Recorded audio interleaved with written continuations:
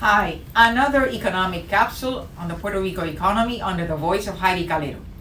Today we are going to talk about a very essential element of any economy, and that is related to economic growth, and that is what we are going to talk about is investment.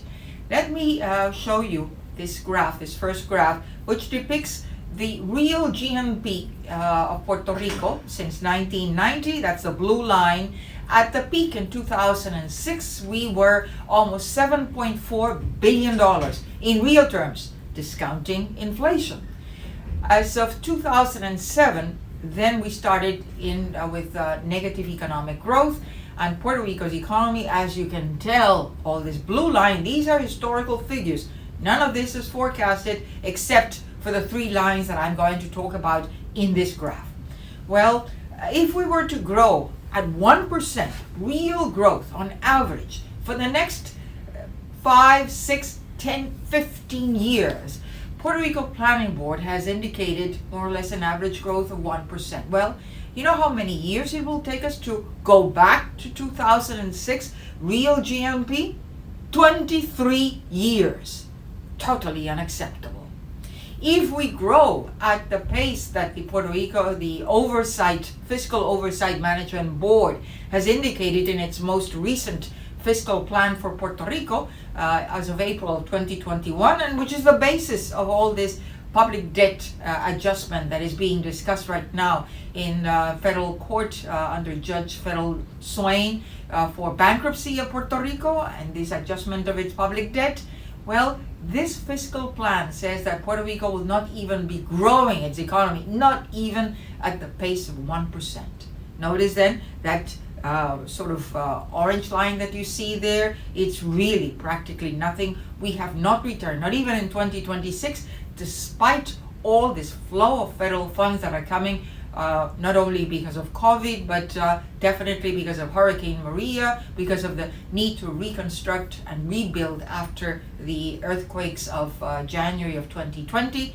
We will not even be close to 2006 real GNP. But if we were to go at the clip of 3.3%, then notice that red line. We would be back in the next 4 to 5 years. We would be returning to the levels of economic growth that Puerto Rico is accustomed to and that Puerto Rico has the potential to achieve.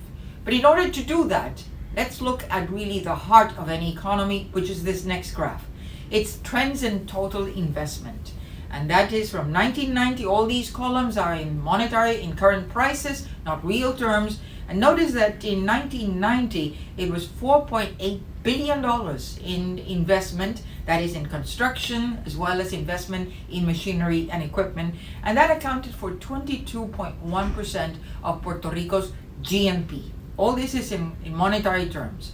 Notice then, in 2000, we were almost at the clip of $11.5 billion at the height of Puerto Rico's economic growth, and it accounted for 30% of Puerto Rico's GNP in current prices.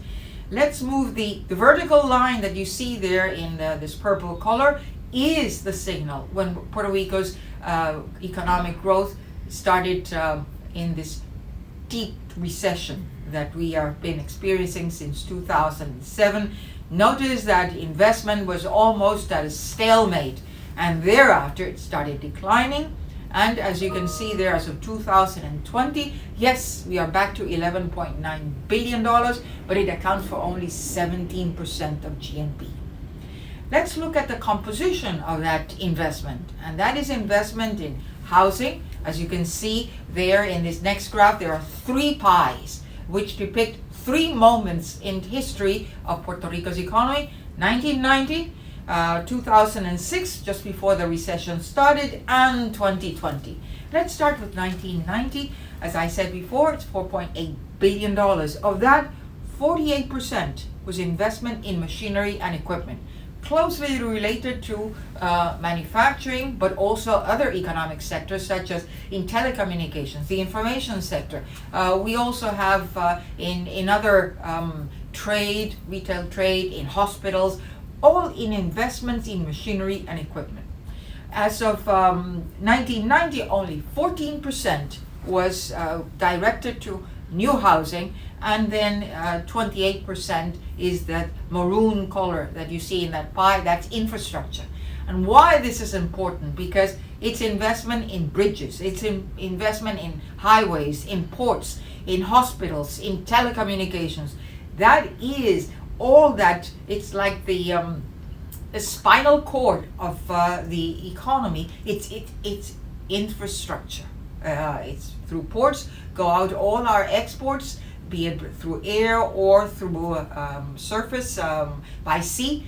We need that infrastructure. We move through all these highways, be it for cargo as well as for movement of people to their jobs as well as to their homes and entertainment centers. So it is important. Let's look at the transformation of these three segments. And as we see there in 2006, just at the peak, before Puerto Rico's economic growth in real terms started negative, just before this big recession, $11.8 billion, again, more or less the same share, 49% is in investment in machinery and equipment, and this time 21% in new housing, from 14% in 1990, now 21% in new housing. Remember, this is the prelude to the Great Recession, the great financial crisis that we had with this bubble of a real estate. And Puerto Rico was not immune to it either. There was a lot of construction of new housing, and so everybody thought that the property prices and the equity in your properties will continue throughout the years, acquiring more and more value of your property. So the banks even gave you 100% of financing, not just 90 or 80%, 100%.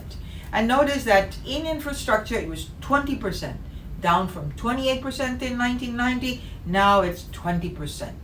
Move forward, 2020, the last year that we have official figures for the fiscal year 2020, and notice that now investment in machinery and equipment is 61%. So a lot of investment in different areas, in different sectors, housing, only 4%.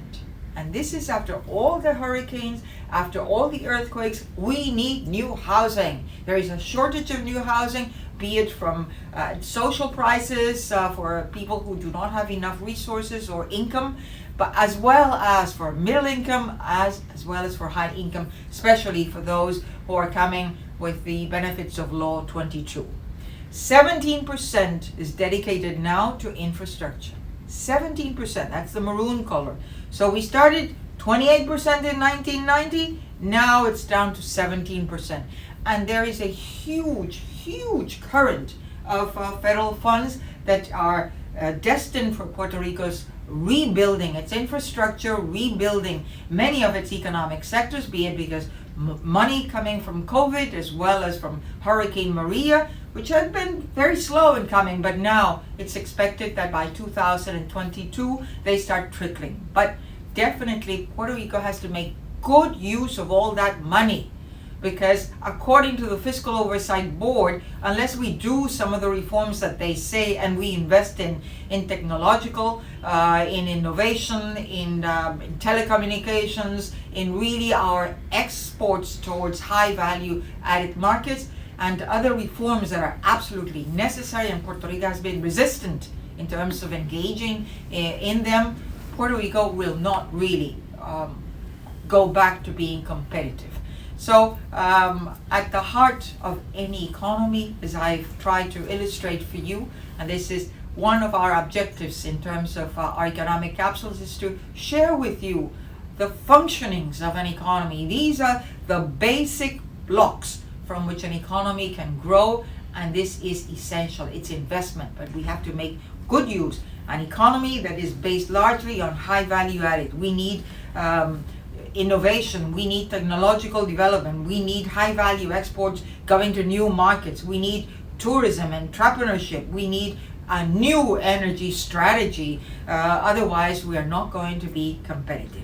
And certainly we need to increase local capital formation. Within the context of investment, we need not only external capital, but we also need local capital formation.